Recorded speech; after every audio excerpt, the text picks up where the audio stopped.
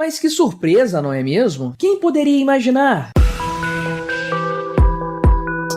Este é o Visão Libertária, sua fonte de informações descentralizadas e distribuídas. Chega a ser engraçado ver estudiosos e acadêmicos fazendo rebuscados estudos para concluir coisas que são evidentes para todos nós. Recentemente foi divulgado um levantamento feito pelo Instituto Brasileiro de Economia da Fundação Getúlio Vargas, o FGV-IBRE, sobre o impacto do Bolsa Família na procura por emprego por parte dos brasileiros. E adivinha só, o levantamento chegou à conclusão de que quanto maior é o auxílio assistencial fornecido pelo Estado, menos gente corre atrás de um emprego para se sustentar. Quem diria, não é mesmo? Os programas assistencialistas formam um dos pilares do chamado Estado de Bem-Estar Social. Embora existam diversos modelos desses programas, são aqueles similares ao Bolsa Família que exemplificam de forma mais contundente a tal da função distributiva do Estado. Ou seja, o Estado tira dinheiro de uns por meio dos impostos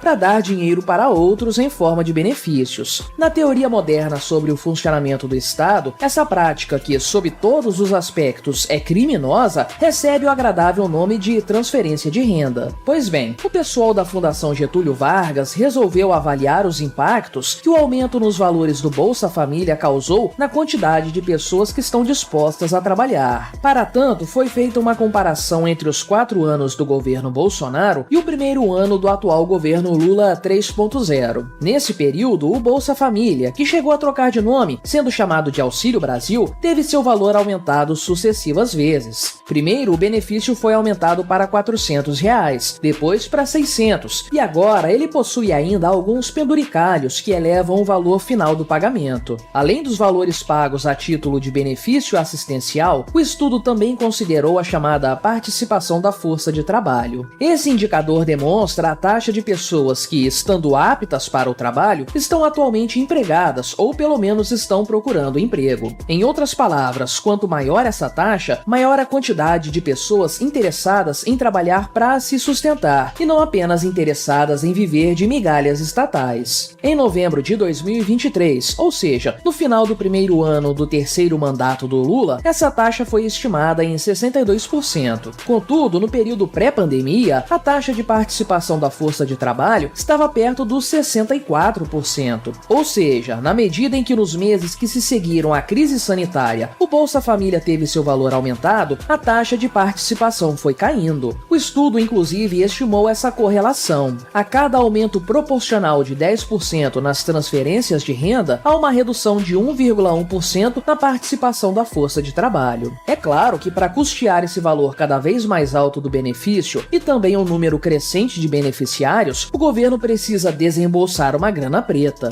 E o montante gasto com o Bolsa Família tem crescido de forma assustadora. Em 2022, o desembolso mensal do governo com esse programa ficou na casa dos 7,8 bilhões. Em 2023, contudo, esse valor saltou para inacreditáveis 14,1 bilhões de reais por mês. Tudo isso pago, é claro, pelo setor produtivo da sociedade. Agora, pare para pensar que não se trata apenas do Bolsa Família. Existem inúmeros outros benefícios assistencialistas estatais, pagos pela União, pelos estados ou pelos municípios. Tem de tudo: vale gás, cesta básica, creche gratuita para depositar as crianças, distribuição de leite, tarifa de energia elétrica subsidiada, casinhas populares. Faça as contas e você vai perceber que é plenamente possível para o brasileiro médio viver apenas das migalhas estatais. Eu sei, o valor final desses benefícios é pouco para você, assim como é pouco para mim. Contudo, esse valor é sim o suficiente para muita gente que aceita viver de uma forma miserável, mas pouco trabalhosa, principalmente se essa pessoa não tiver capacitação profissional para conseguir um bom emprego. E quanto maior for o valor da bolsa assistencial, maior será o número das pessoas dispostas a viver de migalhas estatais. Trata-se de uma conta simples de fazer. O que vale mais a pena para determinado indivíduo? Correr atrás de um emprego, trabalhar duro, levar esporro do chefe em troca de um salário? Ou ficar à toa o dia todo ganhando um pouco menos? Conforme esse um pouco menos se torna maior, mais gente passa a optar pela segunda opção. Tudo isso é mais do que óbvio, e certamente você, espectador, sabe disso tão bem quanto eu. Mas qual é o ponto de vista libertário a respeito dos programas assistencialistas? Bem, essa resposta também é bastante óbvia. Uma vez que os benefícios estatais são pagos com dinheiro roubado via impostos, o assistencialismo estatal é uma atitude antiética. Não importa qual seja o destino dado ao dinheiro roubado, esse ato continua configurando um crime sob todas as circunstâncias. Portanto, o Bolsa Família é apenas um nome pomposo para justificar o injustificável, o assalto estatal à nossa carteira. Afinal, da mesma forma que seria errado cada um de nós roubar um casaco ou alimento numa loja para dar para um mendigo, apesar das boas intenções, isso também é antiético quando é o governo quem faz. Contudo, podemos fazer um exercício teórico, vestindo o chapéu estatista, para pensar nos programas assistencialistas com base numa lógica utilitarista. Afinal de contas, será que do ponto de vista puramente econômico, o Bolsa Família faz sentido? É certo que, de fato, é muito melhor o Estado dar dinheiro diretamente para as pessoas do que usar essa grana toda para dar serviços públicos, gratuitos e de qualidade para o povo. Esta última opção é uma tragédia sob todos os aspectos, devido aos péssimos incentivos das instituições estatais que não têm concorrência ou são beneficiadas por regulações no mercado. Porém, ainda assim o Bolsa Família é ruim por uma série de fatores, principalmente aqueles relacionados também ao problema dos incentivos. No atual formato, esse programa estatal remunera os indivíduos que não possuem renda suficiente, ou que, em outras palavras, são pouco produtivos. O pior, porém, é que o Bolsa Família pune aqueles que saem dessa condição de improdutividade, conseguindo um emprego, por exemplo, com a exclusão do benefício. Ou seja, o sujeito que busca caminhar com as próprias pernas termina por perder parte de sua renda que antes vinha das esmolas estatais. Na prática, é uma punição feita pelo governo. Veja, portanto, que o incentivo dado pelo Estado é para que as pessoas continuem na atual situação, vivendo das benesses estatais, num estado de escravidão econômica que, em pouco tempo, se converte para dependência psicológica. Em suma, como bem sabemos, programas como o Bolsa Família se transformam em verdadeiros mecanismos de compra de votos. Quanto mais beneficiários esse programa tiver, mais votos os populistas receberão. É por isso que sujeitos mais liberais, como Milton Friedman, defendem um modelo de distribuição de renda mais lógico e menos perverso que o Bolsa Família. Friedman é conhecido por propor o imposto de renda negativo, que nada mais é do que um modelo de transferência de renda que funciona como uma escala de cinza. Em um extremo estão os indivíduos com uma renda alta e que pagam muitos impostos sem receber nenhum benefício estatal. No outro extremo estão os indivíduos que não têm renda e que dependem dos programas do governo. No meio dessa escala está o status do equilíbrio, aquela renda que não capacita o sujeito a receber esmolas estatais, mas que também não o obriga a pagar imposto de renda. Entre os extremos, benefícios e pagamentos são escalonados. Ou seja, um indivíduo não perderia por completo o benefício estatal ao aumentar sua renda, ele seria apenas reduzido. Não haveria, portanto, uma punição imediata para uma pessoa que antes desempregada agora conseguiu uma colocação no mercado de trabalho. Isso porque o seu ganho salarial seria muito superior à redução no seu benefício estatal. Contudo, embora esse arranjo seja obviamente superior ao nosso Bolsa Família, ele continua sendo apenas uma solução estatal ruim para um problema causado pelo próprio Estado, um band-aid que é incapaz de curar a ferida existente. Afinal de contas, o melhor programa de geração de renda que existe é a liberdade econômica. O livre mercado é plenamente capaz de fazer a riqueza circular pela sociedade e se multiplicar, tornando todos mais ricos nesse processo. Por outro lado, o real responsável por atirar as pessoas na miséria e principalmente por mantê-las lá é o próprio Estado. É o governo responsável pelas causas da pobreza, como a constante inflação do nosso dinheiro, que corrói não só o poder de compra das pessoas, mas as desestimula de poupar. Isso sem mencionar os encargos trabalhistas que dificultam a geração de emprego e os impostos cobrados nas empresas que são repassados para os consumidores. Tudo isso torna a nossa economia mais fraca e pouco produtiva, fazendo com que exista esse grande contingente de desempregados que acabam se tornando dependentes do Estado. Sobre isso, deixamos como recomendação o vídeo já lançado aqui no canal intitulado "A rotina do empreendedor brasileiro é mais difícil do que você pensa", link na descrição. De fato, não é preciso ser um estudioso da Fundação Getúlio Vargas para inferir esses fatos. O próprio Papa João Paulo II, por exemplo, já havia chegado a essa conclusão em 1991. Veja suas palavras, presentes na encíclica Centésimos Annus. Ao intervir diretamente e responsabilizando a sociedade, o Estado assistencial provoca a perda de energias humanas e o aumento exagerado do setor estatal, dominado mais por lógicas burocráticas do que pela preocupação de servir os usuários com um acréscimo enorme das despesas. Mais preciso do que isso, impossível. Quanto ainda falta para os economistas brasileiros aceitarem essa verdade tão evidente? Como diria o economista Thomas Sowell, os programas de ajuda podem aquecer o coração dos ingênuos, mas o que realmente significam é colocar mais poder nas mãos dos políticos e burocratas. Obrigado por sua audiência. Este artigo foi revisado por historiador libertário, escrito, narrado e produzido por mim, Quintessência. Escreva artigos você também, acesse visãolibertaria.com. Se você gostou deste vídeo, deixe o seu like e o compartilhe com os seus amigos para difundir as ideias da liberdade. Se quiser ser notificado de outros vídeos, clique em se inscrever e depois no ícone da campainha. Até a próxima!